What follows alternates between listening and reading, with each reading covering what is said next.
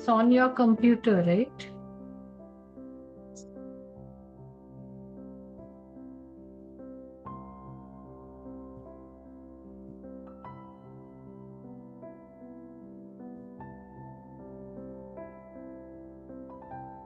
Good afternoon and good evening to all my fellow coaches joining in for this global Cherish Coaching Festival across the globe.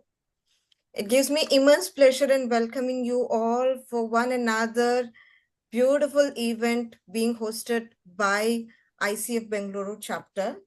A few context setting before we get into the day's event here.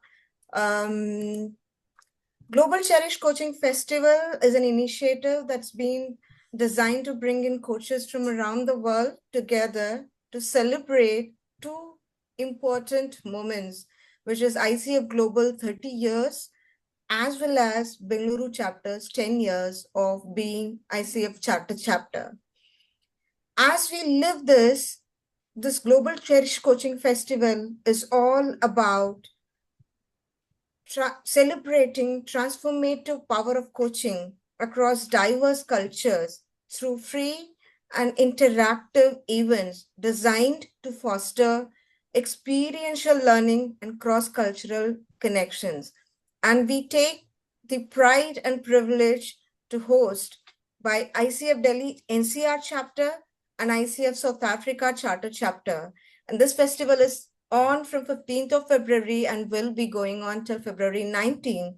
So if we can request you people to share as much as possible among your coach members who can take privilege to learn different cultures and cross-cultural connections that can be created to create more memories for people over here.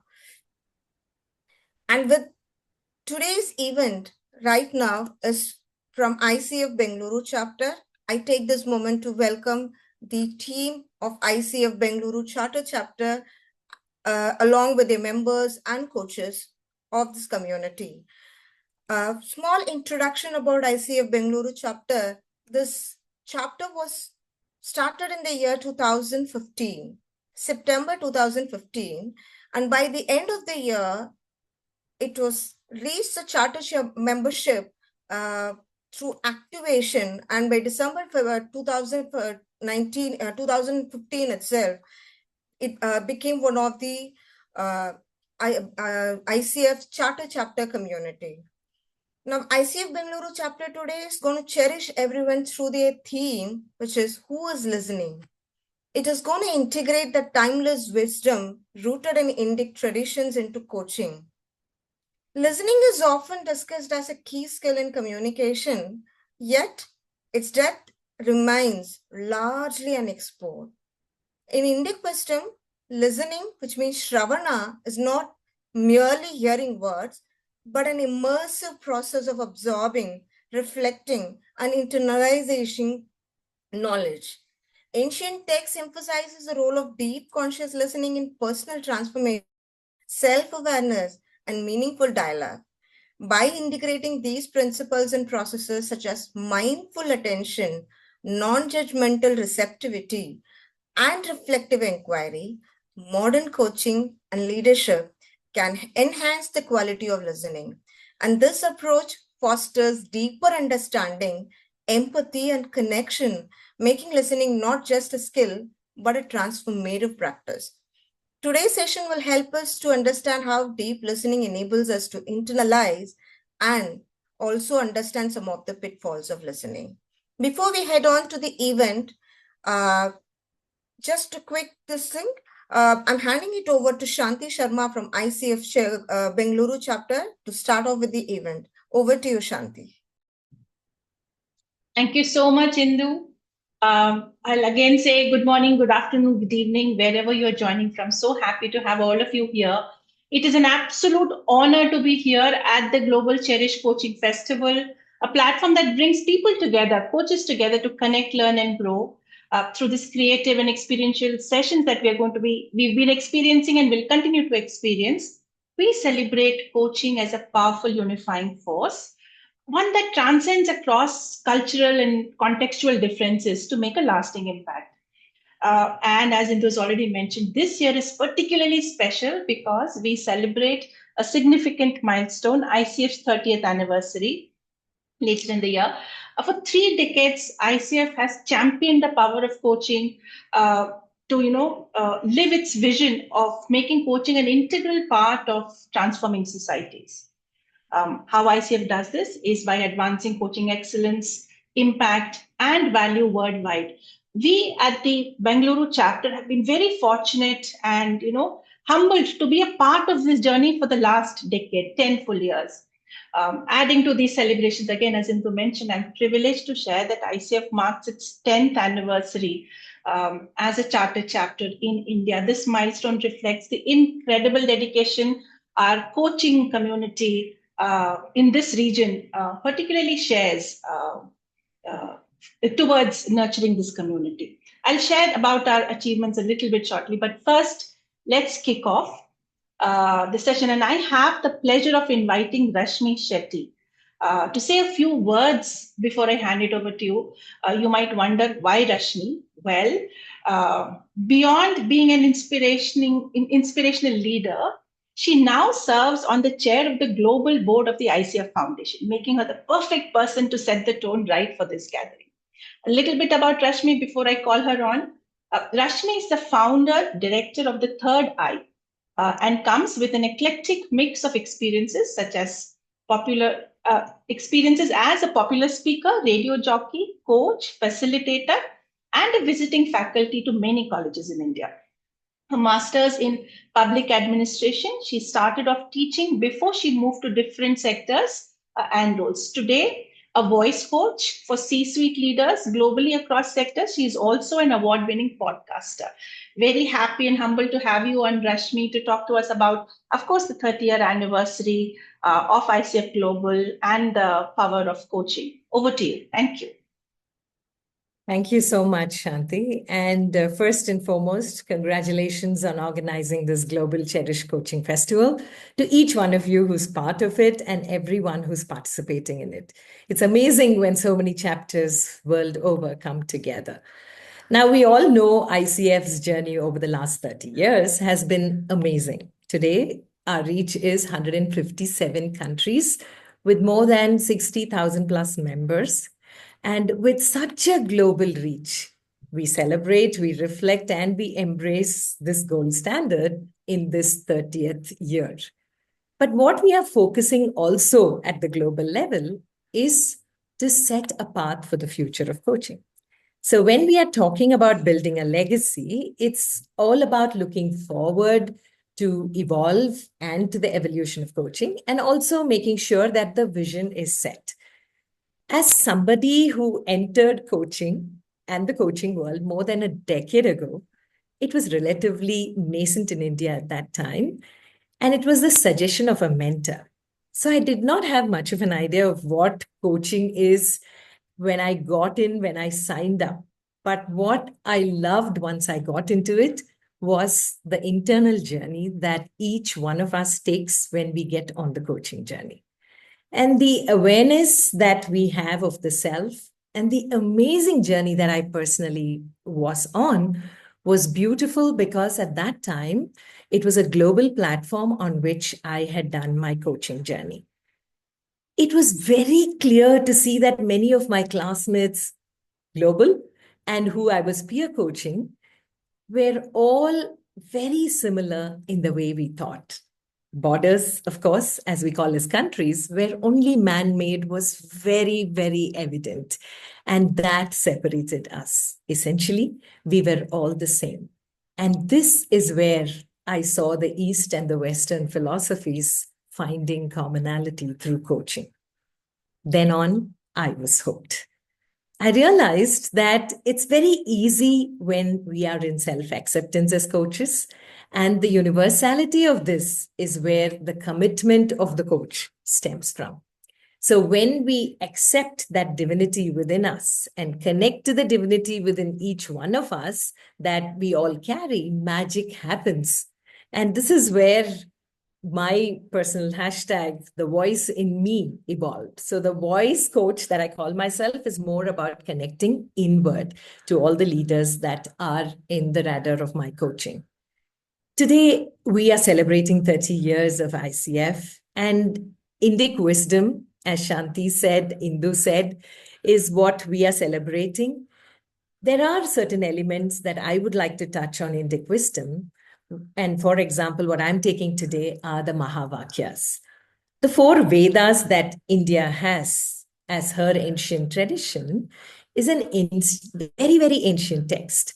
And it spoke about very profound truths. But what is beautiful about Mahavakyas is there are many. I'm going to touch upon only four. They are very simple 2 to 3 worded sentences, just 2 or 3 words. Simple, yes, but profound, definitely.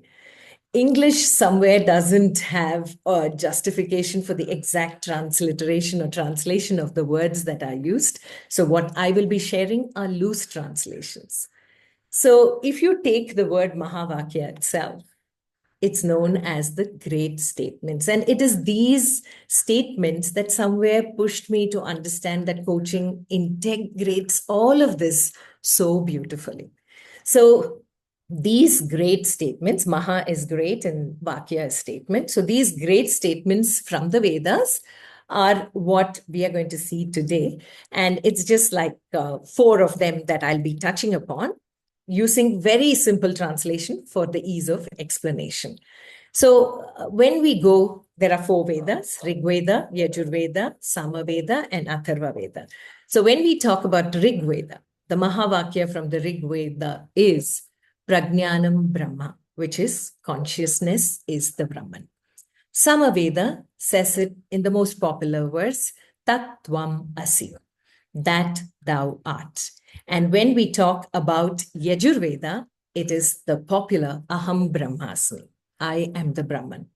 And the Atharva Veda talks about I am Atma Brahman. This very self is Brahman. So if you notice at each Veda, all these statements are only establishing a similar truth.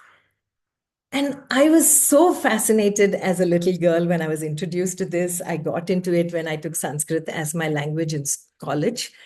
And as I was rereading The Power of Awareness by Neville Goddard recently, the very first chapter is titled I Am. And he writes very beautifully, at the center of manifestation, there is only one I am manifesting in the legions of forms or concepts of itself. And I am that I am. And this he quotes from Exodus chapter 3, verse 14. Muji very similarly says, you have nothing to conquer, challenge, or to transcend apart from your mind. Be a witness. And I find all these similar thoughts in coaching as well. As coaches, we are supposed to be the witness, the observer, and not get emotionally involved. Because if you go to the ICF website, and I quote from the website, ICF defines coaching as partnering with the clients in a thought-provoking and a creative process that inspires them to maximize their personal and professional potential. And if you take all the 8 core competencies, it's all about client acceptance and respect. It's about kind of bringing no bias into the work that we are putting in with our clients and accepting them as whole and complete. So one of the qualities, therefore, is the competence of the coach. And here is where I learned it is important for the coach to be equipped with all the necessary knowledge, tools, certifications, because it's not just raw talent. It's the blend that we need to have and the continuous learning, which involves a lot of hard work. But as a coach, it's important also that we sharpen our skills and gain the expertise. But this conversation of being a constant learner is what helps us as coaches to open up. So globally, this is one feature that we see common to all coaching processes. And when we enter into the conversation with our client, it's genuine respect for the client. And the entire concept of I am makes it easy to enter the conversation with mutual respect. And this trust and safety The very presence of all of us as coaches is experienced. And when this awareness is evoked, that is where listening is heightened, leading to the growth of the client. So all I would say at this point is, once again, congratulations for organizing this amazing Global Cherish Coaching Festival, to each one of you who's part of it. And thank you for giving me the opportunity, Shanti. Over to you. Thank you. Thank you, Rashmi, for that amazing kickoff. We are so excited for you to be a part of this session, and congratulations and thank you for making us proud. I always feel proud when I see an Indian name on that board, and that's what you and forgetting her name, Shweta Gupta Handa has done. I'm like, wow, I can see those names there and I can feel proud about it. So thank you so much. With that, a little bit about the ICF Bengaluru Charter Chapter before we hand it over to our speaker for today. Please let me know once you can see the screen. We are able to see, Shanti. Lovely. As Indu and I mentioned, we are celebrating the 10th year of ICF Bengaluru Charter Chapter. And the slides have been put together by our president. I'm representing Rachel here today, who proudly put together these slides and unfortunately is not able to be here. Of course, we are celebrating the 10th year. What we are proud about is that we are the largest chapter in India with 289 members and growing consistently. In fact, in the last year itself, we've seen 60%. Our member retention, who have joined us once and stay with us, is 89%, which is again a phenomenal number. 90% of the chapter members are certified coaches. And in the last year, we've done 36 learning interventions, be it part of the monthly learning events or the COPs. We've done a phenomenal job of ensuring that our audience stays engaged. Not only that, we've done about 1,000+ hours contributing to the social impact across the last 2 years. And we will have a guest later today who is one of the beneficiaries of our social impact projects, who will come and talk to us about how he and his organization have experienced ICF Bengaluru and our coaching. And we've also touched lives of students, where 125 coaching hours for the Christ University, our coaches have actually dedicated their time doing pro bono sessions. We have a diverse range of members. Again, this is from a picture from one of our events. And every time we look for a bigger place, because, more members we keep adding. How do we keep our audience engaged? We do hub meets. Our chapter is divided into 5 hubs, and we keep meeting in person. Apart from the quarterly in-person meets, Unicorn is the University Connect projects. We have a book club. We have the coaching Cubbon community, which meets once in a month, every Sunday at Cubbon Park for doing some bit of mentor coaching. Learning event COP and Chai Pe Chacha, a very fond event driven by one of our members. They talk anything under the sun that can be related to coaching in a very casual, informal environment. And it's surprisingly, despite it not having a very structured agenda, people do turn up. I won't spend much time in history. I think Indu already mentioned all about it. We'll move on to what we have accomplished. We were the first chapter to host the India Coaching Conclave in 2018. That was an in-person session. We've launched our magazine, and we've successfully run 19 editions have been published. Only recently we've moved into a digital format, online format. So we can't, digital publication possibly, yes, but we can't call it a published or physical magazine. That might not happen. But in the interest of wider reach, we moved to an online platform. We've done 5 social impact projects over these last years, which includes Agastya, HopeWorks, and Enable India, the newest one in the fold. We've been working with students across Christ University for several years now, and we've conducted over 250 learning events over these years. We've also done research around sustainability of coaching. The research is available on our website. It's a very recent research that has been done by our chapter members itself. Some initiatives, definitely the bi-monthly learning events, the communities of practice. We've got 3 communities of practice. One is for new and young coaches, one is a mentoring COP, and one is Build Your Business COP, all run by our members in the chapter. We've got the Kaban coaching conversations. That's where people meet in person to mentor each other and support each other. We've got the hub meets, the book club, Chai Pe Chacha I've mentioned. And of course, we have the annual year-end party apart from the quarterly connects with the members. With that, I will kick off our session and introduce the topic and our speaker. Before I talk about the speaker, one of the, as coaches, we often speak about the power of listening, but how often do we pause and reflect on who we are truly listening? Who are we when we are truly listening? Who are we truly listening to? Our next session takes us deeper into the art and science of listening, drawing from the timeless wisdom from our Indic traditions to help us define our essential skill that we require as coaches, not only as coaches, but as leaders and individuals too. And who better to guide us in our journey than Krishna Prakash, a thought leader who has seamlessly woven Indic wisdom into the modern coaching practices. Krishna is the founder of Srimat and foundation of the Indic Wisdom and has over 25 years of experience across the fields of IT, ITS, academics, corporate training, hospitality, and entrepreneurship. His work has impacted students across 45 countries, and he has pioneered the ICF-approved CCE program that integrates all the 8 competencies with Indic Wisdom, and I am his student too. A true blend of ancient and contemporary to be seen in that workshop. When he's not sharing his knowledge, Krishna can be found in rural Bangalore at the Srimat campus, an amazingly beautiful campus where he lives with his wife Srimati, passionately working to preserve native Indian cattle breeds and to promote natural farming. In today's experiential session, Krishna will introduce us to the ancient Tantra technique, Antar Mouna, inner silence, a practice that unlocks deeper levels of listening and self-awareness.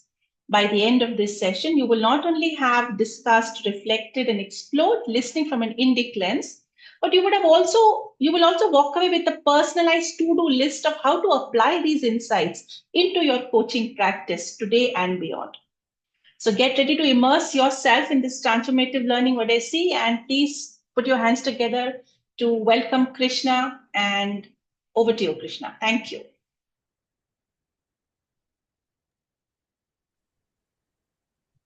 Okay. So can we start the session by doing some silent prayers for a minute? So let's try to sit straight. Relax your shoulders.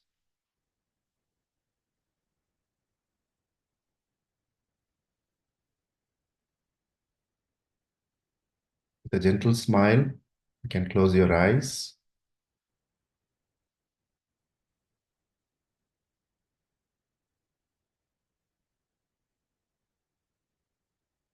Just say your personal prayers for the next 1 minute. Each of us come from different background.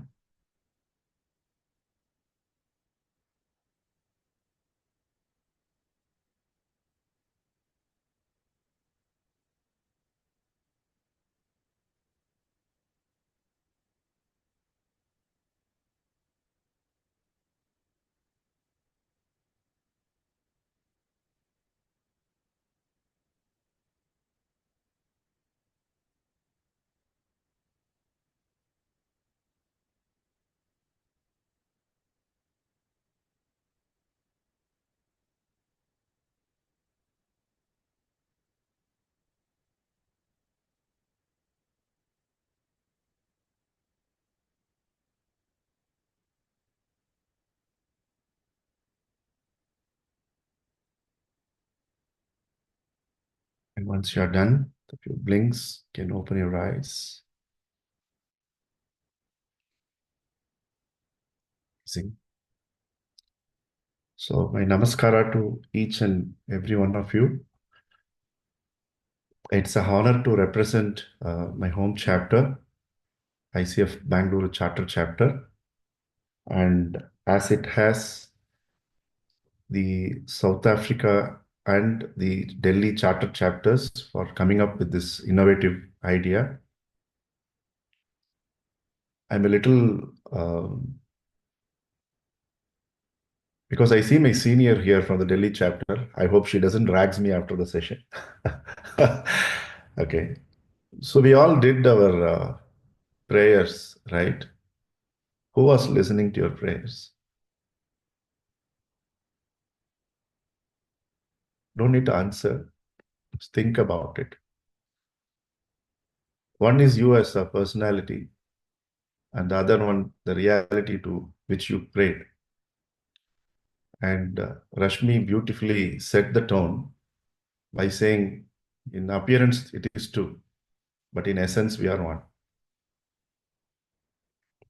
We can pray only with the belief we can be heard. And when we are praying silent, who is hearing us? So hearing starts from there. So what happens is our entire system considers knowledge as of primary importance because knowledge is born with creation. When we buy any gadget, the user manual comes with that. So that is how it is. And even when a creature is born, like when a baby monkey is born, the need to cling to the mother, nobody teaches. It is born in nature. But the same knowledge is different in a kitten. So who and how it was planted, that is how nature is. It has to cling to the mother. When the mother takes it, in the monkey's case, the clinging happens. This is to tell knowledge is always available to us. And we are listening for knowledge only, right? In any conversation, it's always available to us.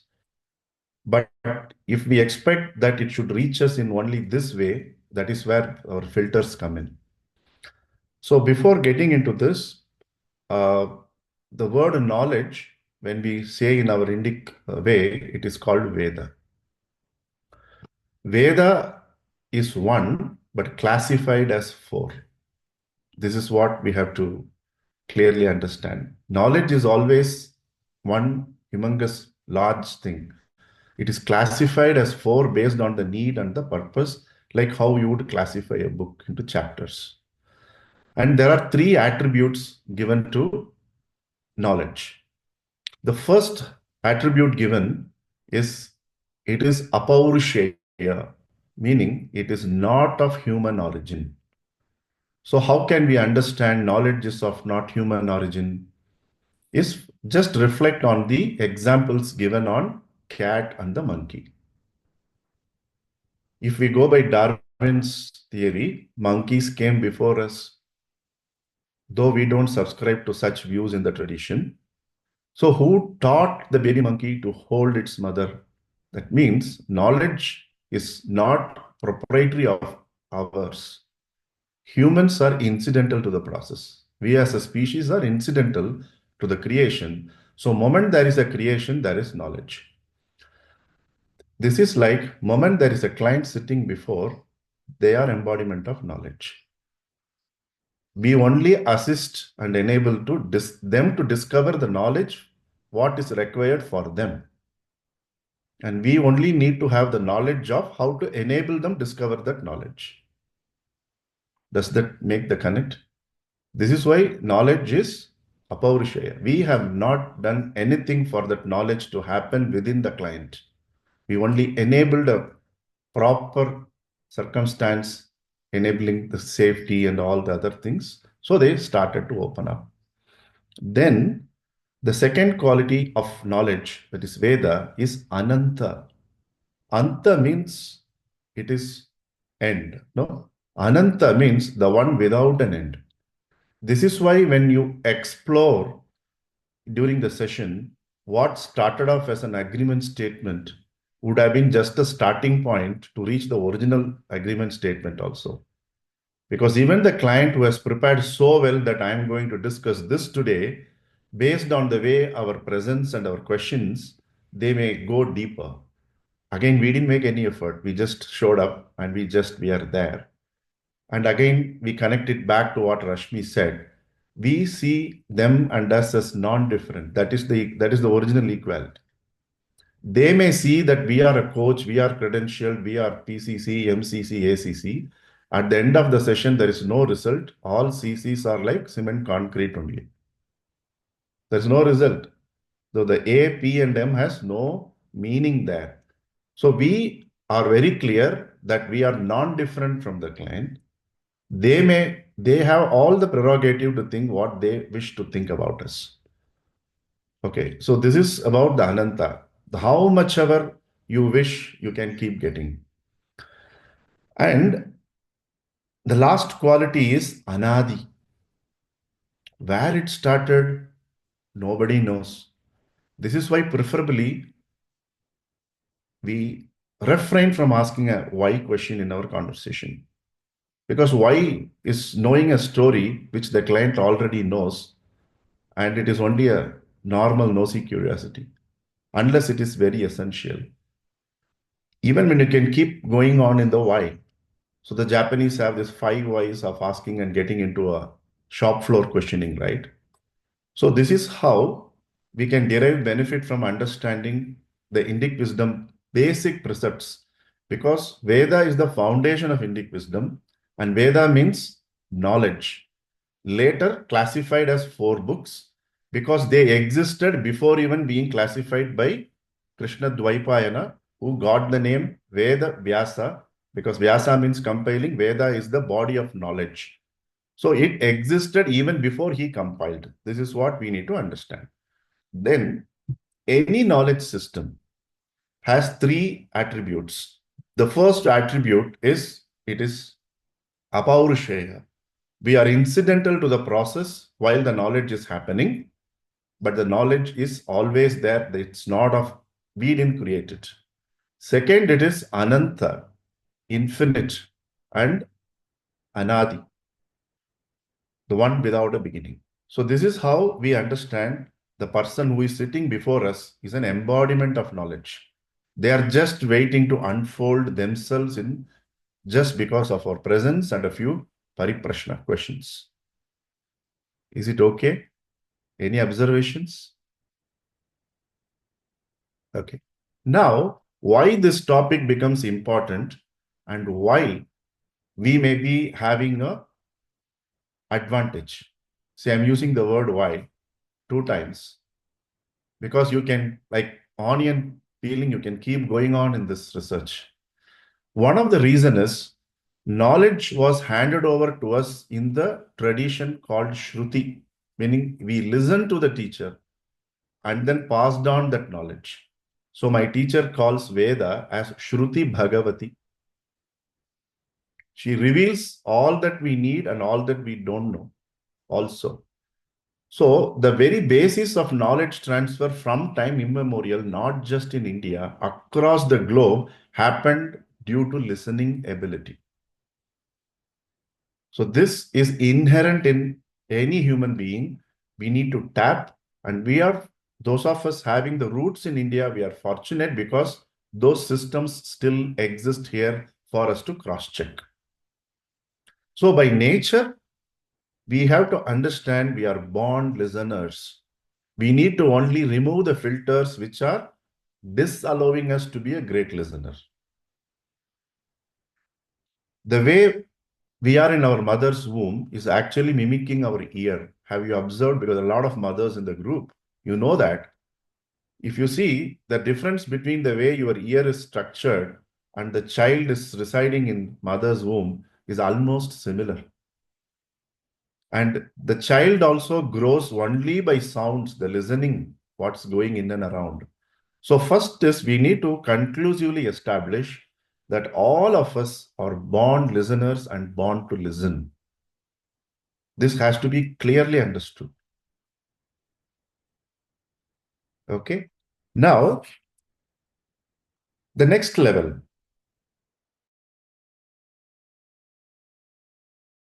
The entire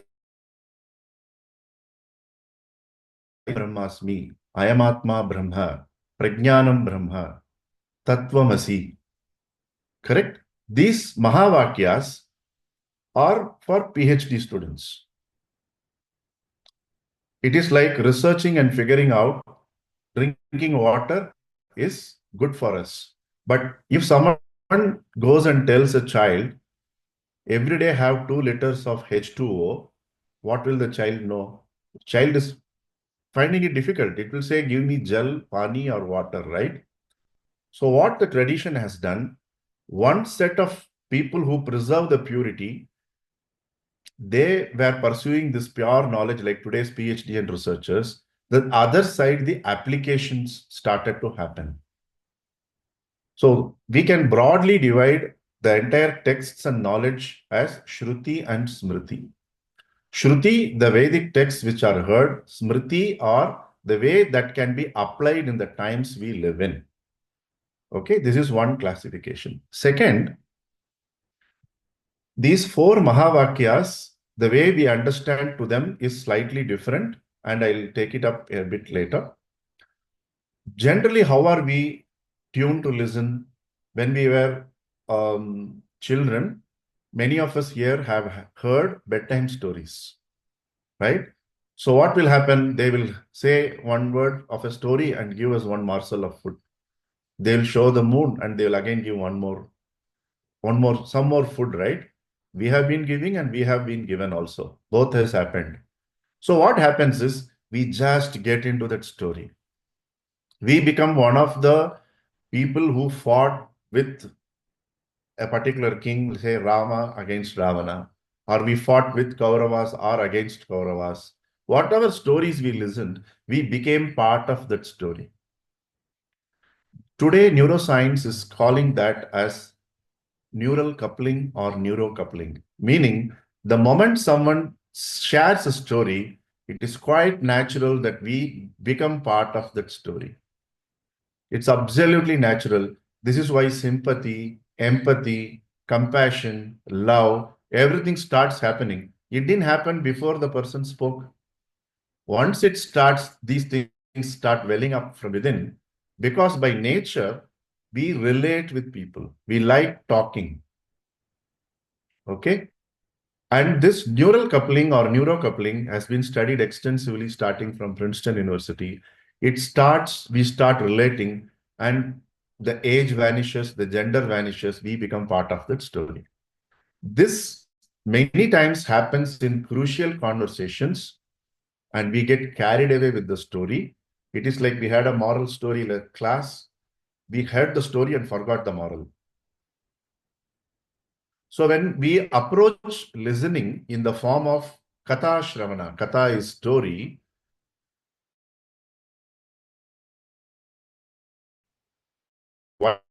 for a conversation, what is the objective, everything is long forgotten. So what is the alternate model given? When you are a therapist, when you are a counselor, when you are a friend giving a shoulder to someone, you adopt Katha Shravana, wherein you empathize, you sympathize, you do all with them and you be one with them, make them feel all the stuff what we are regularly doing. But the moment we are adopting a role of a leader or a coach or someone who is going to listen with intent, we are going to shift from Katha Shravana to Vedanta Shravana. So what happens in Vedanta Shravana? The teacher is going to expound about a topic which is connected with what Rashmi Shetty said.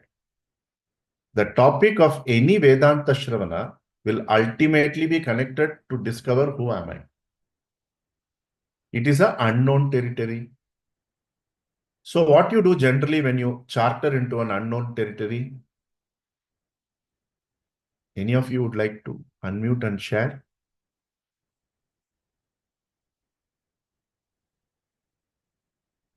This much silence is, I'm feeling eerie.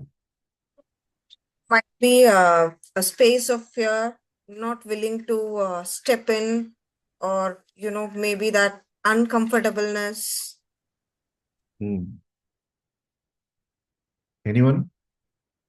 Well received, whatever you said.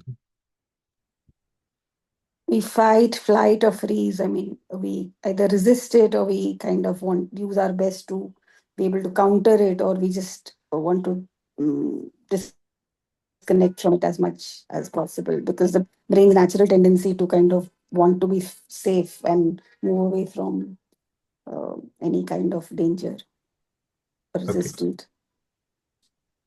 There are some beautiful inputs coming in the chat window as well. Good. So what could be done is, it's an unknown territory. What can I do now? Could be one of the questions which we can raise within ourselves. So what we do when you lose way, either you go to Google nowadays. Before Google, you used to call someone. Otherwise, you stop on the way and ask somebody, you have been living here, how to navigate this and go to the next place. Am I right? You know completely nothing about the territory, but you implicitly trust the person who you have first time meeting at the entrance of a tea shop. You just stop and you implicitly obey what they say, and then you proceed with the journey. Am I right? We do that. So this goes to show we can trust implicitly if we allow our intellect to rest. Because our intellect couldn't find the route. We might be IIT, triple MA, all that, but it doesn't help us. So the only thing which helps us is keeping all the accomplishments. You may be a CEO of a company. You might have be the person who had laid the roads in that village, in that part of the world, but still you don't know the route. So you asked at the first person whom you met. So in an unknown territory, in the physical area itself, you are able to do that. So when it comes to Vedanta, what people do, they go to an established tradition and talk with the teacher and start understanding from them how to get into this uncharted territory. So this is exactly going to happen in a conversation. Here, what, why, and how that person sitting before us, we have no idea about them. So whatever they say is Veda for us. It is true to them. It is their knowledge. We may be thinking, we may be reading in between lines, but still the story is theirs. The agenda is theirs, because they have more knowledge about themselves and why they have come than us. So what is happening here? Slight role reversal. In Vedanta Shravana mode, when we approach a teacher, we listen. That is the open mind, because we know the teacher has done, seen, or experienced, or realized, which we are yet to. So we sit there with the open mind. Similarly, here we consider that the one who is sitting before us is as good as a Vedanta teacher. They are going to tell something which we don't know. You see the reversal? Again, you can connect the four Mahavakyas. Why we can do that? Because that person is a wave, we are a wave. We belong to the same ocean. That wave has approached us. It is having knowledge, and we are there to facilitate and enable it. So what happens? We listen with the rapt attention of a student who is getting into an unknown subject like Vedanta, to the teacher, completely surrendering to the process of Shravana. And then next stage in the Shravana is Manana. So this meaningful pause and silence helps us to process what we heard, helps them to process what they said. Correct? It helps us to process what we heard, and it helps them to process what they said, and there is a silence. If we are unable to be comfortable with silence, we can write off. It's difficult to be a great listener. Listening is not just sounds, beyond sounds. And then what happens in Manana is we go through whatever they said, and then we paraphrase, you use metaphors, and many methodologies are given to us. And then we ask them, this is how I understood. We don't tell them, you said this. That happens in an argument at home or with friends. You told me this. What they told is different. You say, I heard this. That is how a cultured coaching conversation happens. No, we don't say, you said this. We say, I heard, I sensed. We put the onus on us because we could be wrong. And we could be right. And the client could completely understand us wrong. It's okay because it is their story. So this is how we bring the idea of Vedanta Shravana. And once you cross-check with them exactly what you have heard, sensed, then comes the third stage, which is you are established in that knowledge, that is Nididhyasana. Then the question is formulated and it is asked. So in a split second, this will happen by practice. Is that clear? First is Shravana. As it is, we listen. Then Manana. You are ruminating over what was said.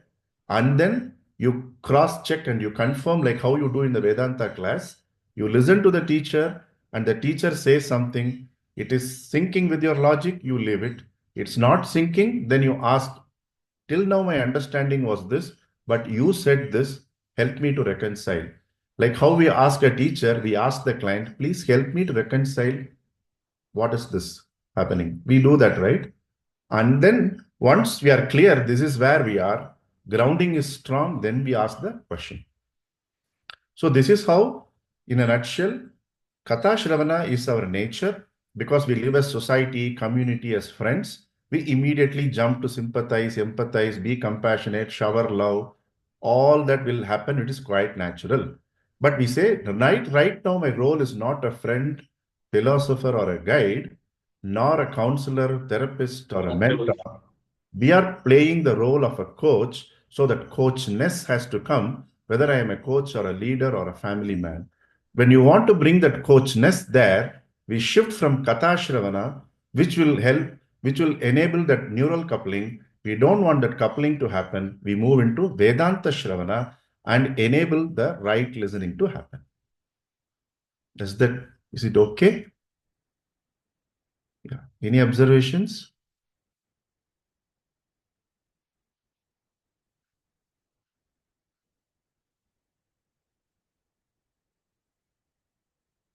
This is too much listening here.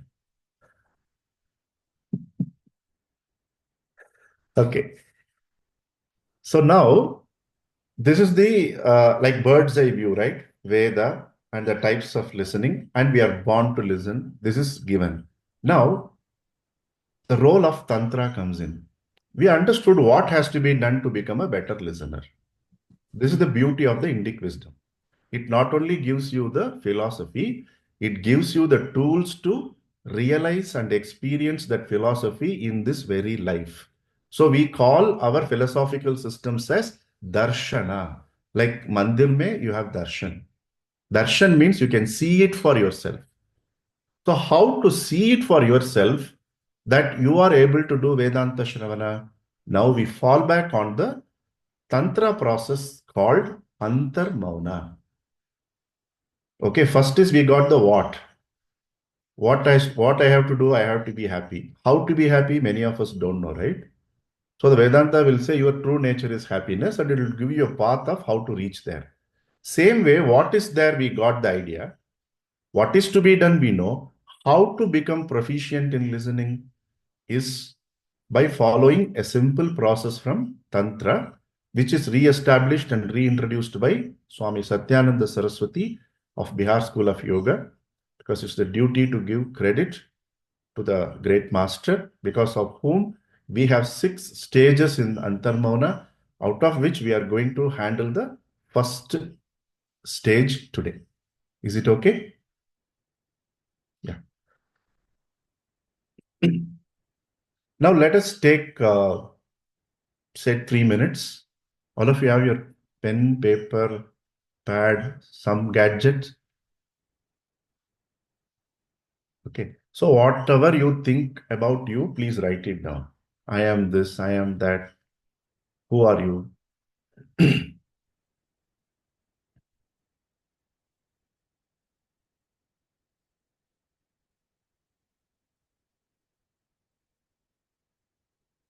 like you're sitting in an interview, they will ask, tell me about yourself, no? Something like that. You tell about yourself on that piece of paper.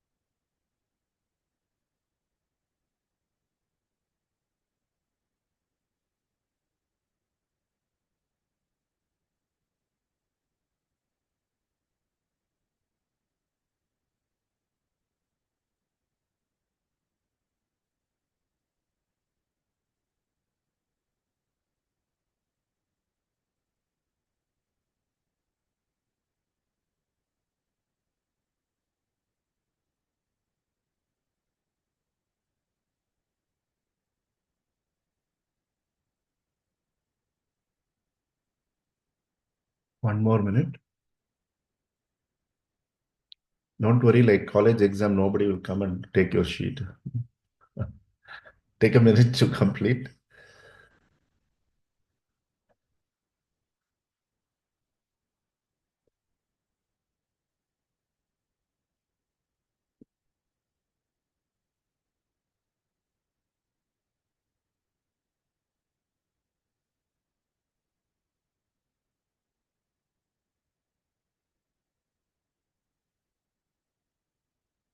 Okay.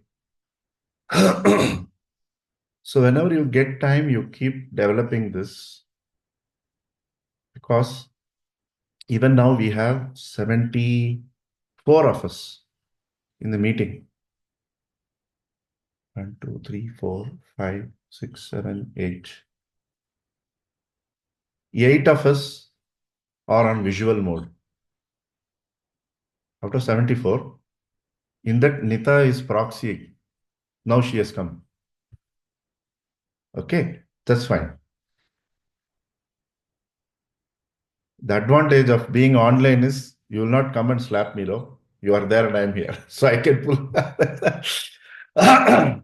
8 of us out of 74 are visible, right? But did you notice all the 74 are listening? Because Shabda is the subtlest of the senses. And 8 of us are doing both. You're seeing the difference, right? That's the big difference. We always want to be heard. We always want to know what's going on, whether you are in that place or not. Gradually that develops as gossip and other things. But this is how, this is part of our culture, is listening. Okay. Now, whatever we have written about us are the primary things which are preventing us from listening.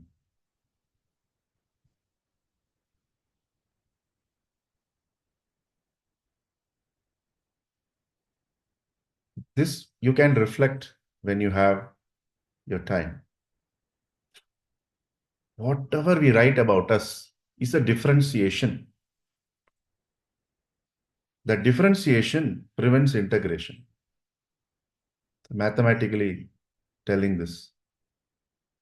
Okay. This differentiation we should use as an excuse and platform to integrate.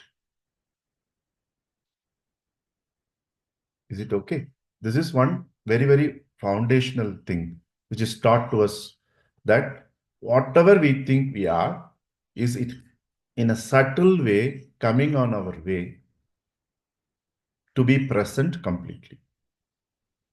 For example, if there is someone who could speak English exactly the way it is supposed to be spoken, they may find some difference in accent. Again, if a British accent is different, Australian and American accents, so each will find a different way to compare to perfection. What is perfection to them is different. Correct? So like this, we will find ways generally to compare something with that. So this list is completely going to equip us from now onwards that you know this. You know that this could come on the way to listening. Then who is listening? The one who is listening is actually the mirror of the one who is talking. Exactly, we have to receive that, sitting there and keep receiving it. For that, whatever we wrote has already filled some space within us. Correct? So we do the prayers, we tell, I am ready to listen. And all these things are only preparing me to sit before our credentials, qualifications, number of years experience, which chapter I belong to, which country I belong to. What I know till now is only memory. What I know till now cannot foresee the future. For that, we need to be in the now. So what we do, whatever we know about ourselves, that you know, we try by practice to ensure they don't creep into our listening. This is the first thing we do. Second, what is Antar Mouna? Means inner silence. Okay. So before we get into that, we will do the practice. Is it fine? Shanti, how much time is there? Approximately 15 more minutes. 1-5, right? 1-5, yeah. One of the reasons I requested all of you to pray is to also save from people like me. Okay. Not only for you. Still 15 more minutes you have to bear with me. Okay. So I'm going to use some words. I'm going to explain to you how we have to interpret those words. That is very important. Okay. So you will constantly hear the word be aware, be a witness. Be a witness, we all of us reasonably know that. Be aware is different from concentration. Concentration is a conscious decision. Concentration is a conscious decision. There is a step before concentration, which is awareness. Then you will know, only when you are aware, you will know what to concentrate. Even in the session, when the questionings, the client or the friend or the subordinate or the boss is pouring out, you are aware of everything. And then you pick some pattern, you pick certain things, and then you say the question, right? Like that, we have to be aware. When you are aware, you are not trying to concentrate. That is one small request. When I say be aware of the sound, don't constrict your forehead. Don't try to become like this.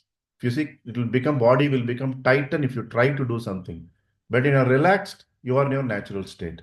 So what you should do, you are standing on a beach, the breeze is caressing you, the sun is rising. Without effort, you can just be there, no? Like that, be available to the instructions. Is it okay? Yeah. Once again, let's sit straight.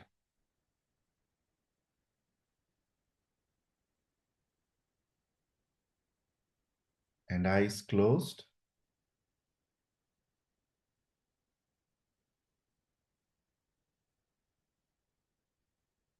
Now let us consciously try to maintain a gentle smile.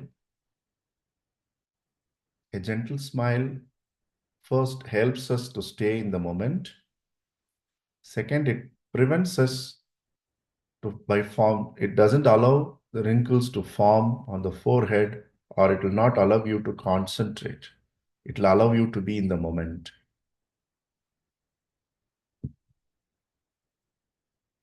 So relax your shoulders.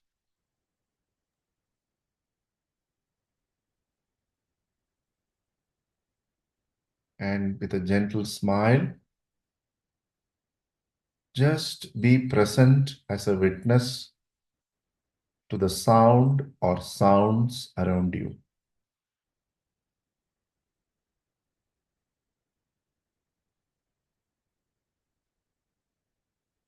Those sounds could be from your own body, the room where you are seated, the gadgets, people around you, the location. It could even be from Srimat where I am seated.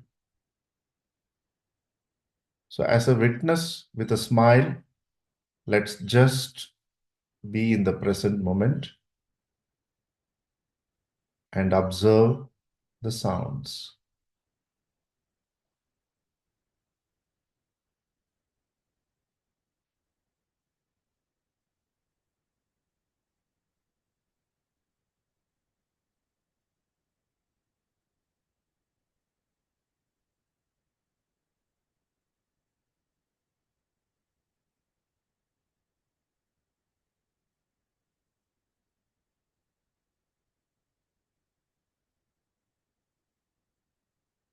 Even if the mind wanders sometimes, okay, with a smile, keep getting yourself back to the sounds.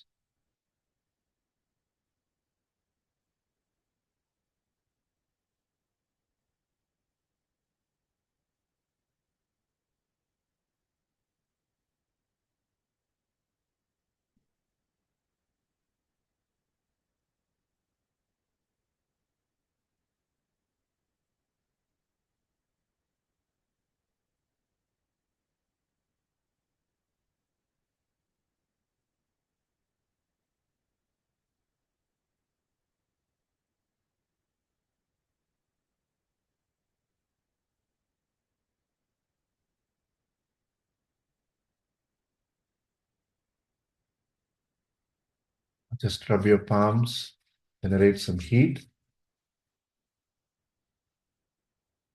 Apply the warmth to your eyelids. Hold the palms like a book, open book, with a few blinks. Look into the palms and then feel free to look elsewhere.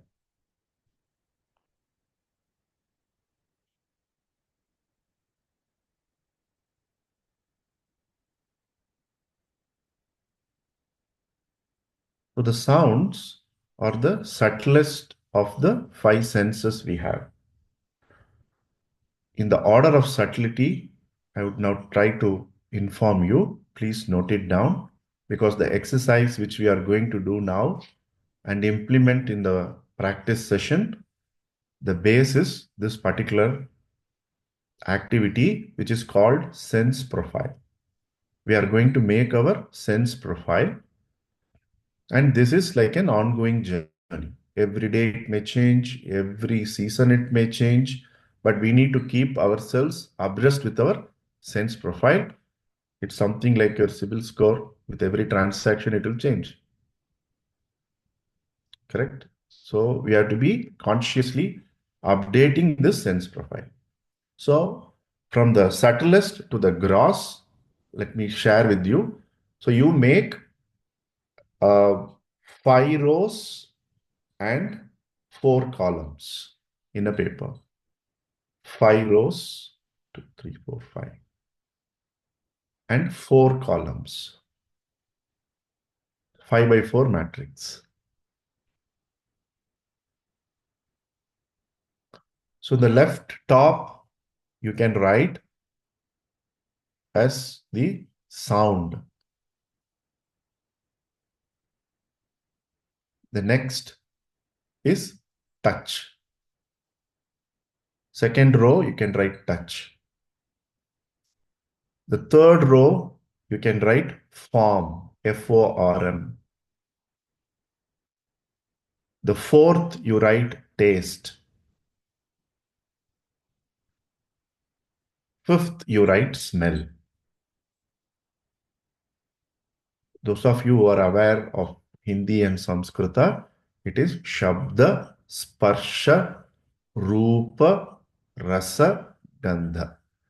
Shabda, Sparsha, Rupa, Rasa, Gandha. Okay? These are the five senses. Why it is important? We constantly hear about mind mastery in the West. Mind mastery is like a bucket or the bucket list to be ticked. But the leakage in the bucket happens to the best of the minds in the world because of a leakage in their senses. And we in Indic wisdom first build bottom up, first strong sense is built, then the mind naturally becomes stronger. So we specialize in building foundations very strong. So the sense profile is very crucial for us to develop mind mastery. This is another USP of our Indic wisdom, not right now available in any known publications in the West. And we are very happy to be pioneering this. So the sense profile, then we write like organizations have learning and development, right? L, N, D. So the first, we have three more columns, right? The first is L, like. The second above you can write neutral. Third is dislike. So this L and D will come above the table. The table is a 5x4 table. So whoever is attending, we will send you an email also, but you try to listen. That's the main thing of the session, and transcribe whatever you are able to do and translate it into your paper. It is a 5x4 matrix in which the first column was told as Shabda Sparsha Rupa Rasa Gandha. The second is the like, third is neutral, fourth is dislike. Now, you need to say what is the sound you like the most? What is the sound you are neutral to? What is the sound you dislike? Similarly, what is the taste you like the most? What is the taste you are neutral to? What is the taste you dislike? So you can do this at your leisure, but whatever little you wish to fill, I feel you fill it now. Minimum 15 you will get. You'll know about yourself. 15 things you will know about yourself. 5 into 3, no?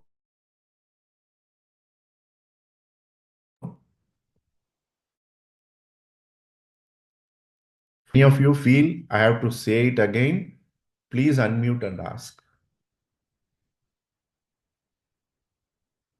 Because we are all champions of I don't know, right? So you should be happy to say, I am not getting, please tell again, no problem. There is no judgment. This is a safe room. Sorry, I didn't tell that before the start of the conversation. Okay. So now what we are going to understand. Yeah, Ramesh? Yeah. So, Krishna, I just, not about what you're saying now, but earlier you said that this sense profile keeps changing. Yeah. So you mean to say something which, sound which I like today may not, some other sound may replace it tomorrow. No, this is only one example. Under the sounds you like, you may have 20 sounds. That is your homework. It's a lifelong journey. Oh, okay. Begin with instantly when I say, oh, I don't like, say, for example, Karnataka sambar. I like Tamil Nadu sambar. For example, I will write like that for taste today, now. But when I go home, we will figure out all the things which we like in the taste, all that we dislike. It's like a dictionary of your sense profile. And very thankful you asked this question. It's not only 15 items. To begin with, we are saying now also, if you feel there are two smells you like, please write it down for paucity of time and to give you the framework. The reason is in Indic wisdom, what and how should accompany every session. So we cannot send you away with some funda, not knowing how to implement in life. So thank you, Ramesh, for that question. Yeah. Indu? When do we need to update the sense profiling? Is there a duration for us to do it? Some days you will get 20 things. You go out with a friend and you come back, you suddenly realize you never like violet anymore in life. And you used to think you like blue, then you said, I don't like peacock blue. It is like kshana, it will keep happening. We have to be aware, and this will become a very big Excel sheet. It will become huge. It's like a book. It is about you, what you like, what you don't like, what you are neutral to. And please don't share this with anybody. This is your black box.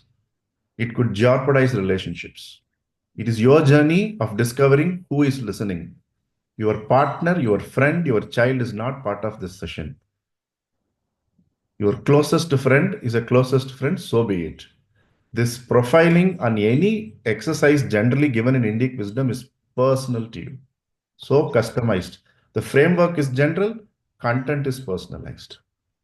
Okay. Thank you, Indu, for asking that. Yeah, Aniket? Hi. Could you give an example for Rupa or form? Form. Okay. Suppose we are sitting in a conversation. The client comes and sits before us and they remind us of our school principal who have taken us to cleaners when we studied. Then how neutral can you be in that conversation? Right. Unknowingly, we will take sides. We will say people like this gate are going to be a trouble to others. To figure out that, Correct. again, your question is very good. It is helping all of us to gather group wisdom. Okay. Thanks for answering. Yeah. Any other questions? So once you make this sense profile, we know why we make this in the tradition. Tradition is very clear. Your mind is an aggregate of senses.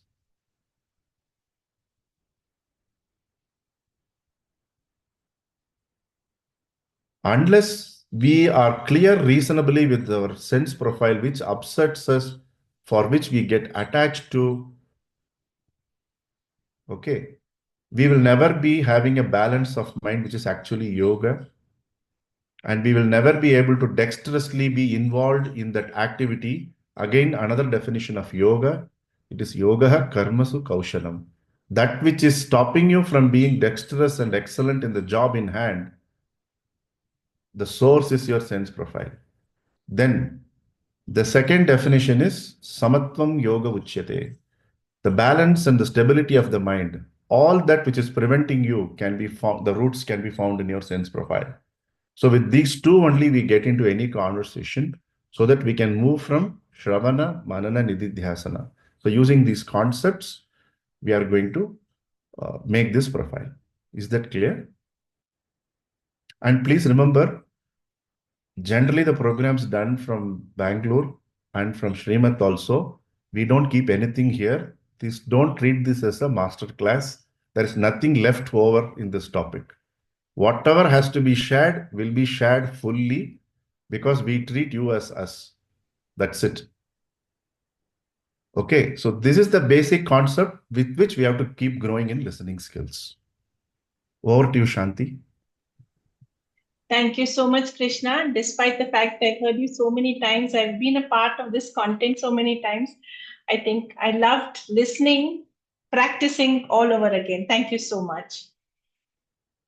With that, we will have some time to think, ponder, discuss what Krishna has just shared with us in the breakout room shortly. But before we get there, a little bit about the Agastya project. One of the most powerful aspects of coaching is the ability to create a lasting impact, not just in boardrooms, but also in communities, in lives of people, and in shaping the future. And that's exactly what we are doing in this year's Global Cherish Festival. It's all about celebrating transformative power of coaching and its ripple effects across the different spheres of life.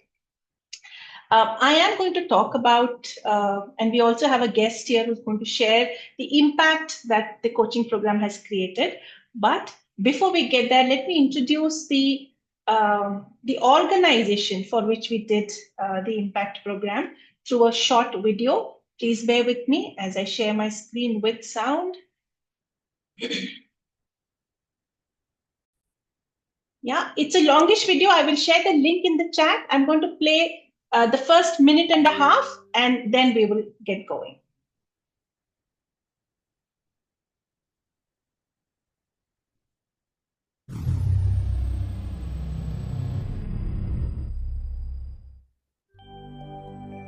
Where the three southern states of Andhra Pradesh, Karnataka and Tamil Nadu meet, just a 2-hour drive from the city of Bangalore, Agastya International Foundation occupies a 172-acre campus.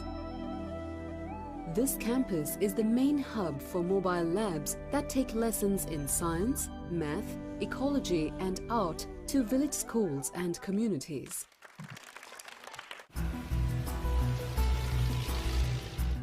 On remote rural roads that ribbon the landscape, more than 50 brightly painted vans carry low-cost experiments that augment the curricula of government schools. The mobile lab is the only real lab many rural students and their teachers ever see. This is the largest science outreach program in the world. Instructors from Agastya teach school children by using models and experiments, encouraging them to touch and explore through close observation. The natural curiosity of children is fostered, sparking creativity as their confidence grows and learning is made fun. Mobile lab instructors are true change agents, traveling 600,000 kilometers of rural roads and visiting 10,000 schools in a year, engaging children, teachers and communities in interactive learning. The goal is to permeate the whole of India with as many mobile labs and science centers as possible. So with that little bit of detail about what Agastya is, very happy to call upon Varundeep Sachi, current Vice President and present President-elect of the ICF Bengaluru Charter Chapter, who's led several impact initiatives, one of them being Agastya. Varun, may I request you to please take a few minutes to share what the initiative was all about, and then we'll have Nagesh to talk about how he has experienced coaching in his organization. Thank you. All right. Thank you, Shanti, for the invite, and good afternoon, all. So nice to see you all. Those are the future change makers of coaching. Happy to see you all in one place while we are cherishing the 30 years of ICF. And as our ICF Bangalore chapter, we always say that we always stood for a social cause, and we give our heart and soul to make the social impact project. So we were able to complete 1,000 plus coaching impact hours for last 2 years. And one of the big projects we always cherish is Agastya International. When I talk about Agastya International, so any social impact projects, the support system plays an important role. And the support system come with a passion that changes the game altogether. There comes the man, my right hand, who always come with the passion and wants to change the organization and do something for a good social cause. So last 4 years, we had done 50 plus employees, the leaders of Agastya International, be a part of this project. When I speak to Nagesh, he always say that I am there for you. Please initiate the next project. And he was always behind me rather than I'm going to the, like other some NGOs, we may need to keep on pressing them to get the things done. But he was behind me and he was always having a leadership vision. And that might be the sole reason after being spearheading the corporates over 38 years, he took the decision to support Agastya with a vision that he need to help the employees to become the future leaders. And he realized, and I said, it's our benefit, or we got a marketing person to portray our coaching. The coaching can transform the life. Coaching can transform the organization. I think in India, NGOs need that leadership to the next level to support in a greater path. So Nagesh, thank you so much for all your support. And I don't have words to brief about you. Thank you for being passionate. Thank you for being you. Thank you for being the best example for being a leader. And I invite you right now to tell us or the crowd how the coaching processes we have done for plus Ignite projects with you and how you feel that, how you impacted Agastya. You're the best person to speak to the whole crowd. Over to you, Nagesh. Hi, good afternoon, everybody. Thank you so much. I am privileged to be part of this August gathering. And thank you, Varun Deep Sache, for a very generous introduction of me. In a way, ICF, through you, helped Agastya to build our future leaders. You know, I should say, it's my selfishness for the sake of my organization. I have been very passionate, looked like passionate. Of course, I'm passionate. You know, I'll tell. Of course, there's a movie you showed very pertinent and relevant 1 minute, but probably I'll extend 1 or 2 minutes about Agastya. Agastya International Foundation started in the year 1999. Now it's about 26 years of youth, young, sparking curiosity, nurturing creativity, instilling confidence in economically underprivileged children who are studying in government schools, particularly, is and has been our focus. Chalk and talk method, I talk, you listen kind of a education system, which we all know, which is still existing in India for several centuries. There is a hope of, you call it a ray of hope, where Agastya started an organization where listening, seeing, the learning levels are very, very less, so to say 5%, 10%, 15%. After some time, you tend to forget. Unless you experience so you learn through experience. That too, if you make this as a habit at a very young age, a children of 5th standard, for example, he is studying a science, some topic, some gravitation, for example, or centripetal force or centrifugal force, for example. If a child happened to experience a potential energy or a kinetic energy or something like this, their learning gets imprinted, and that we call it as a creative learning. Then they went go on to become probably scientists. So that's why we see that in India we don't find a pure scientist after Sir C.V. Raman. That too in the year 1939, probably he got Nobel Award for pure science physics. Subsequently, nobody else has got. The reason is the rote learning, the system which is existed in India. Of course, abroad, but America is different slightly. So, in that value system or a foundation, for example, our founders of Agastya started this organization 26 years back. And now today, we have our presence in about 24 states, including Jammu and Kashmir, Meghalaya, 4 Bodolands territories of Assam, and Nagaland. So we are there in a nook and corner. We are about 1,500 employees, out of which about 1,000 employees are, we call them actually igniters, or we call them, trainers, we call actually. We don't call them teachers actually. So in a situation like this, where we need to impart our employees the sense of responsibility, sense of leadership, how to engage with children, what kind of capacity, what kind of potential you need to have engage with government schools. As a movie said, every year we engage with about 1,000 schools, 1,000 government schools. We reach out to about 2.5 million children every year. In a situation like this, and an NGO background, that is a social sector, you can imagine what kind of remunerations would be there and all that. Looking at that, we have to no, we recruit people from local places. Like if I want a teacher for a what do you call Bodoland in Assam, so I cannot get a teacher from Bangalore and send him there because language barrier, the cultural differences. It's difficult. So he is not going to go first of all. So I have to find a person from the location where it is, and then I have to train him how to engage with the child on experiential learning. Yeah. So, and then we are at different levels, we are different leaders. So, in order to bring in a sense of leadership or a sense of change, future leadership, so to say, in the year 2018, we fortunately engaged with ICF.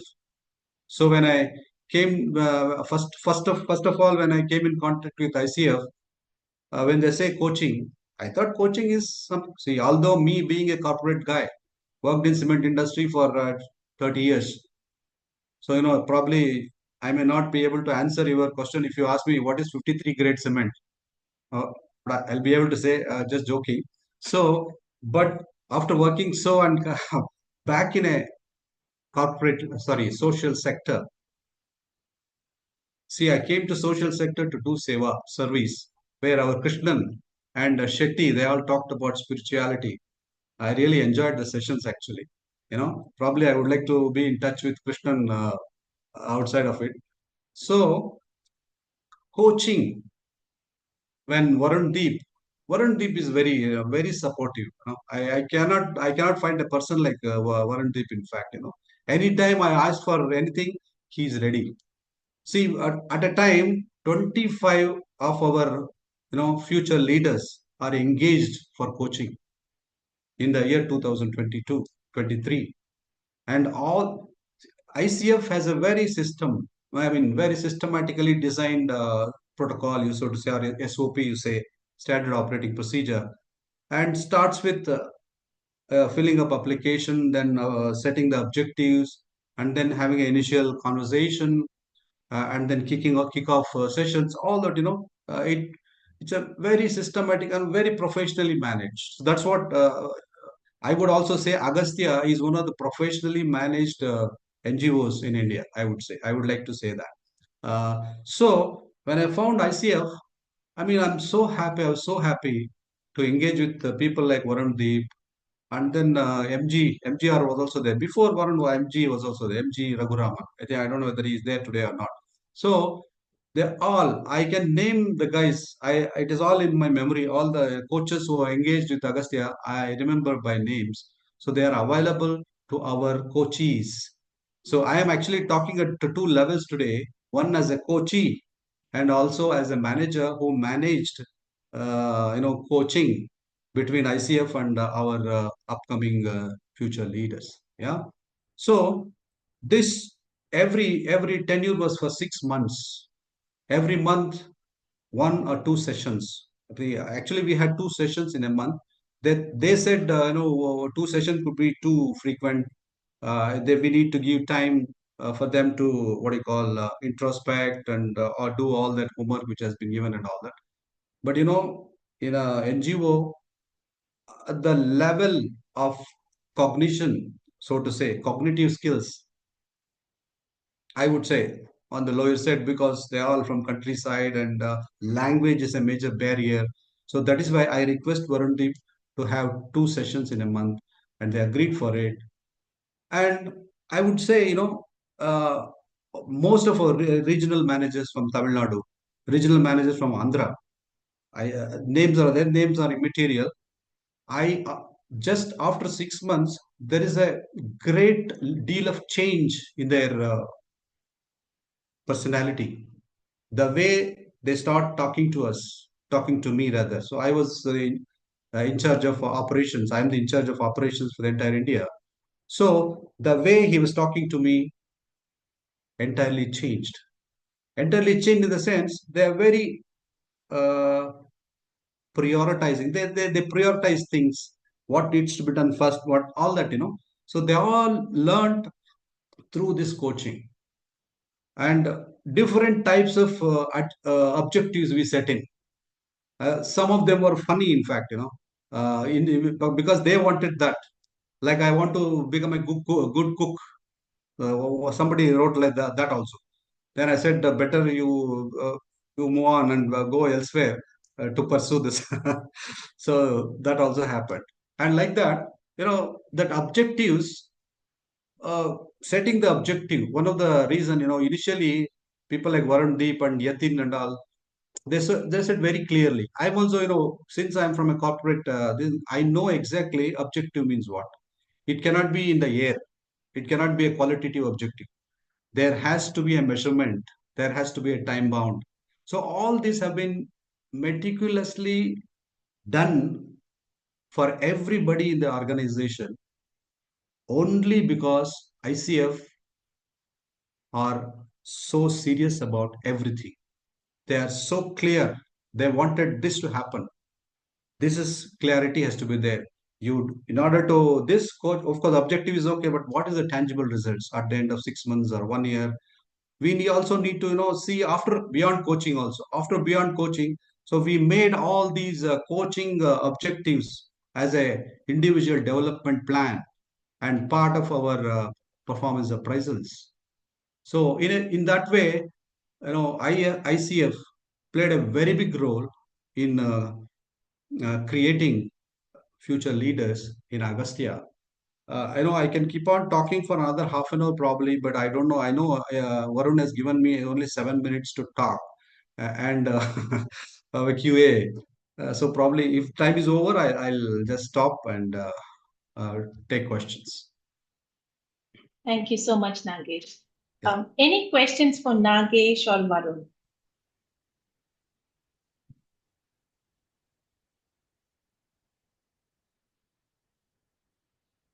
Or Varun, you wanted me to speak anything on a specific thing which you prefer, so I can do that also. There is a hand up. We'll take that question and then give it to Yeah, us. Satyajit Saman, please go ahead. Yes. Yeah, sir. I mean, nicely said, and thanks that you have created that awareness in your organization for the coaching. Yeah. Now, my question is, I mean, in India, the coaching is still considered as a consulting or mentoring. Yeah. Okay, so how do I want to create that awareness? As it started from you, and then you implemented for Agastya, right? So Yeah. how do you want to, what tool can, help us so that we create this coaching awareness in MSME sector? I mean, where, there's more challenge available to grow the organization. And, what tool can help me, or what we should do to create more awareness about coaching in the organization, especially MSME sector? Okay. Yeah, good question. The same kind of doubt or confusion was there with us also when ICF first came to us.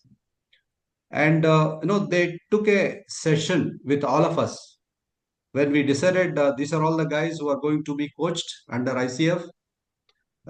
They talked about the meaning of coaching, definition of coaching, beautifully presented to us. Then they said it is not a training.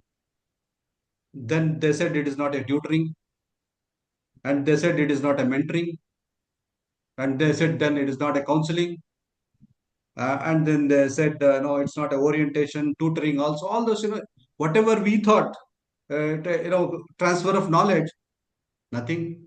So we were also wondering how to create awareness. So when this what do you call first session the ICF took to us as an organization for us to Agastya along with our senior guys, so we understood what is coaching. Coaching is all about internal. Coaching is all about tapping our internal potential, and coach will only help us to orient that our potential which already inherent in us. So that kind of awareness, so to say, came only after ICF, intervention and engagement with us. So probably, I think you also have to do the same thing, where make the important guys in the organization aware of what is coaching. I mean, like this they said, and probably they'll understand at the end of the day, uh, going forward. Hope I answered the question.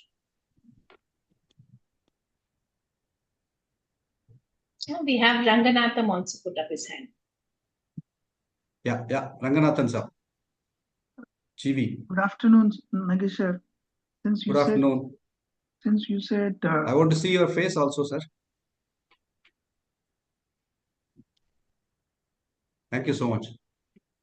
Since you said that after Dr. C.V. Raman, we have not been able to produce any scientist, that is a ground reality.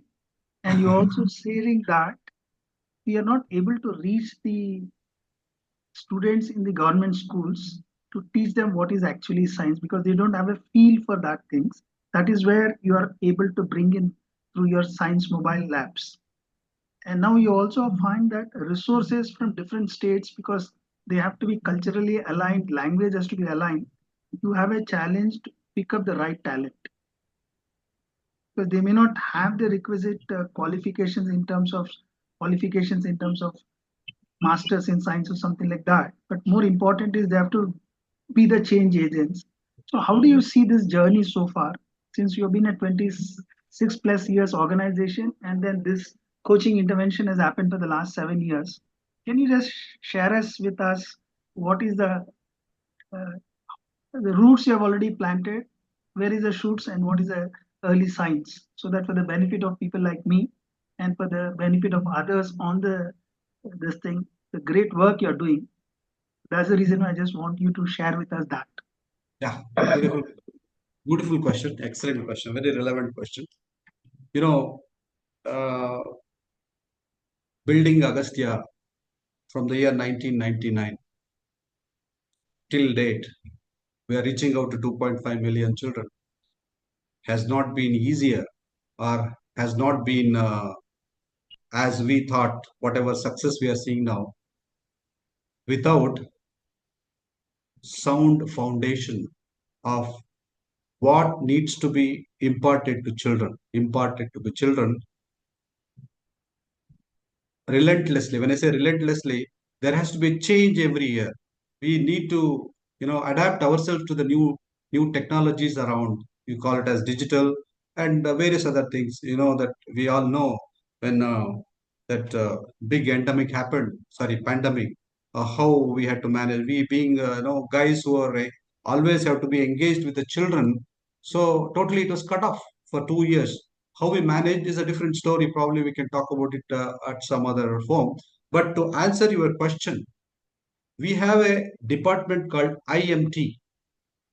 IMT stands for Instructor Master Trainer, who takes care of entire training the instructors. When I say instructor, they are the teachers. We have a basic qualification when to take anybody as an instructor, as a teacher, as an igniter. He has to be a science background, BSc and BEd. Is a basic qualification which is required. And then they are thoroughly trained for 2 months under us, under our team, which is called Instructor Master Trainers. We have about 70 Instructor Master Trainers who train our instructors. We call instructors and also igniters. We don't call them teachers, but for the sake of common understanding, I'm telling teachers. So all these teachers have been trained in our Kuppam campus, which was shown in the movie. Kuppam campus, a 172-acre Kuppam campus. We call it as a creative campus, where you will experience science. When you go there, you will see what is centripetal force. Then simply, writing Jagran of 2, 3 lines or 5 lines or 10 lines about all that is not required. When you go there, you understand what is centripetal force, centrifugal force, what is kinetic energy, various other things. I'm just only telling small things here.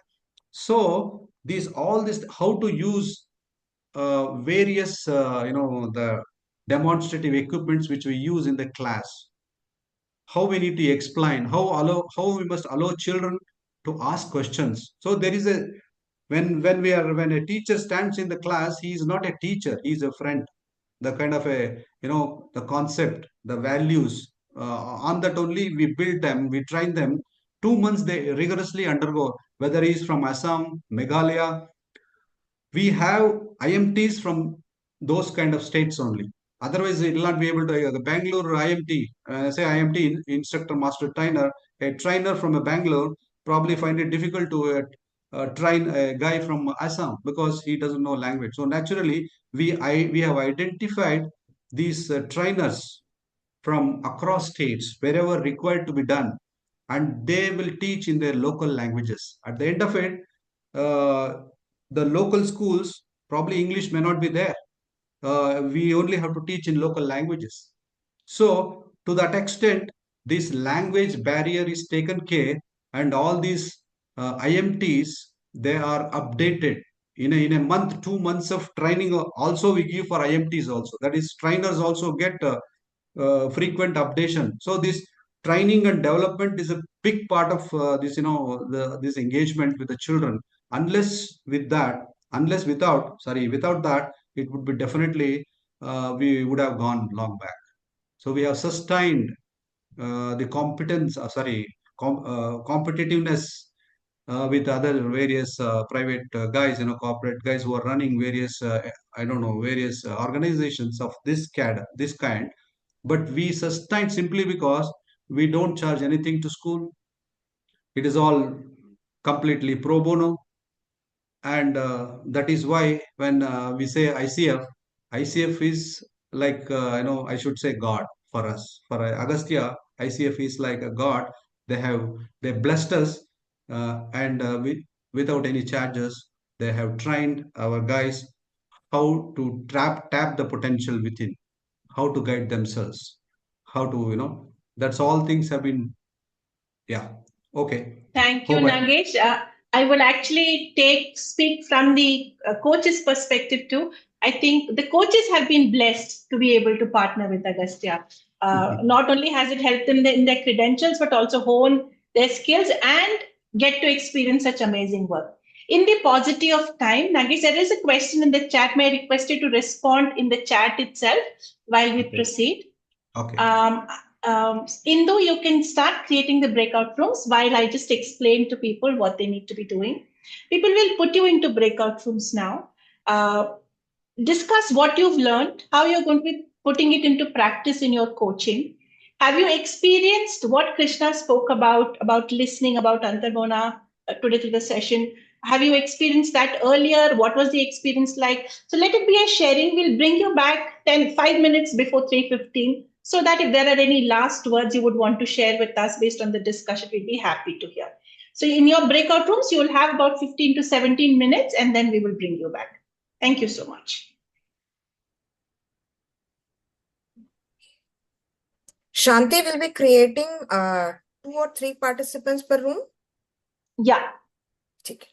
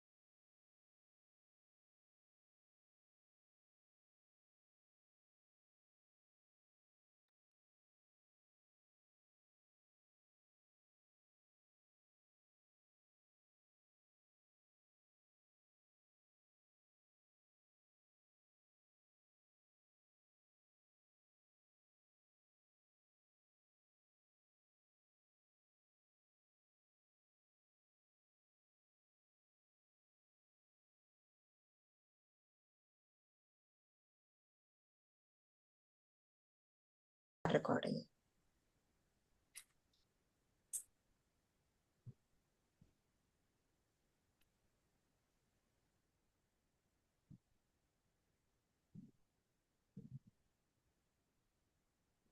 The breakout discussions itself was so insightful. We should have recorded that also.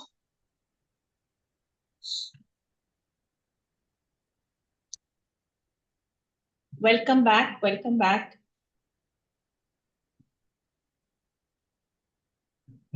Right after the breakout is always the best time. People have their cameras on.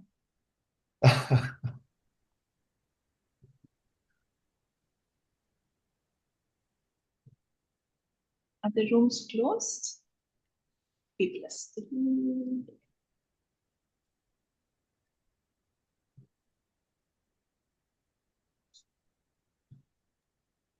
Over to you, Shanti. Yeah, thank you so much. Thank you so much, everyone, for staying on post the discussion. I would love to hear what happened in the rooms. What did you discuss? What are your key takeaways from the session, from the discussion? Just raise your hand and we'll ask you to speak up.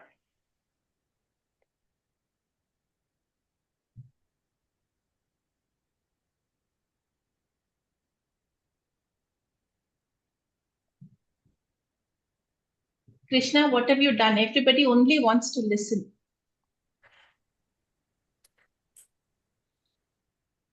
Go ahead, Ranganathan.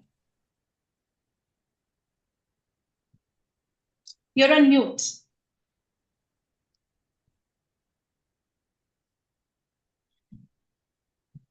I have shared my takeaways for the session, and I also listened to people who were sharing their feedback about the session. But it turned out to be because a lot of them had some common connections, so they were focusing more on that also. So I came to learn more about people, in addition to whatever the takeaways they've got. Thank you. Brilliant. Anyone else?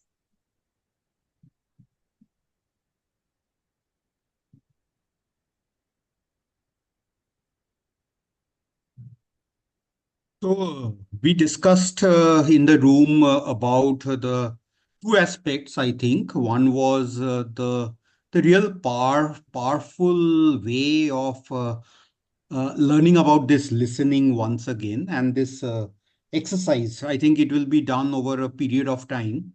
And we were discussing the sense profile, Krishna. Probably the first 4 or 5 words in each bucket will come easily.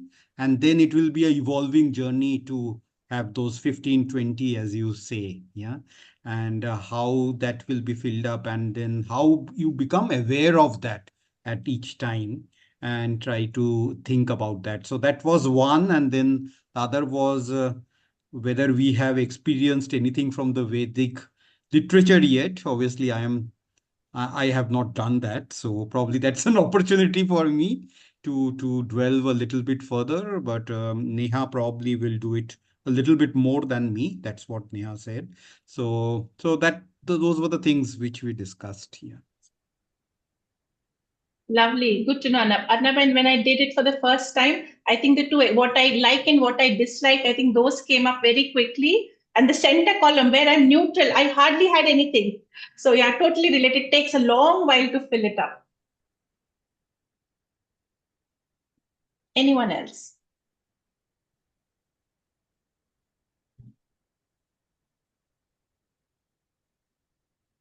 If there are no questions, no sharing, thank you so much. Indu and Bhana had asked me to just introduce the next session before I hand it back to Indu for a couple of things as we wrap up. The next session is in just 28 minutes from right now, brought to you by ICF Israel. Neurographic coaching, transform your challenges into breakthroughs. I look forward to that session. I'm going to paste a link to the session in the chat right away. And with that, I hand it over to you, Indu and Bhavna. Thank you for giving us this opportunity to connect with you and the entire coaching fraternity that you brought in together. Thank you. Thank you so much.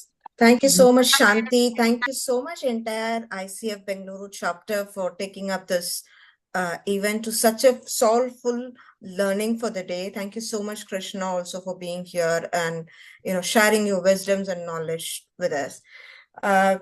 Participants, there is a Cherish Champion campaign that is going on, and that is where you can participate yourself by sharing your determination towards creating a sustainable and inclusive world.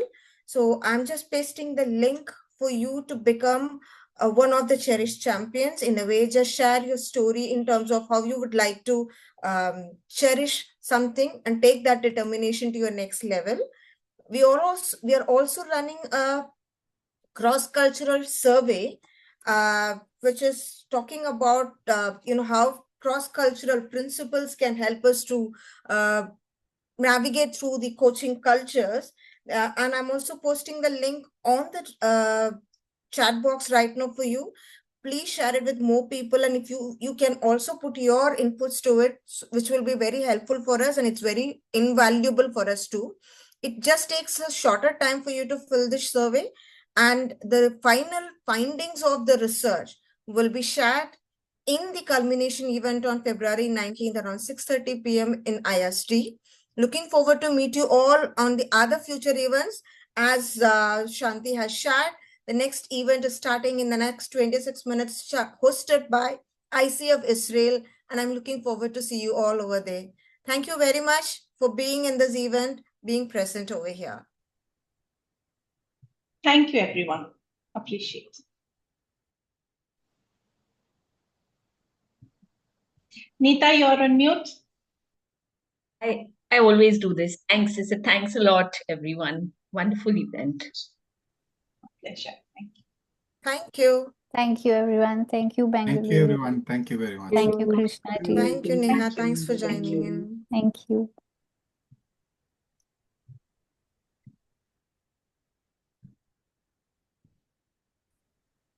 We are spot on with the time, I believe. Yes. Wonderful. Yeah. A round of applause for everybody. Great job. Thank you. Thank you. Shanti.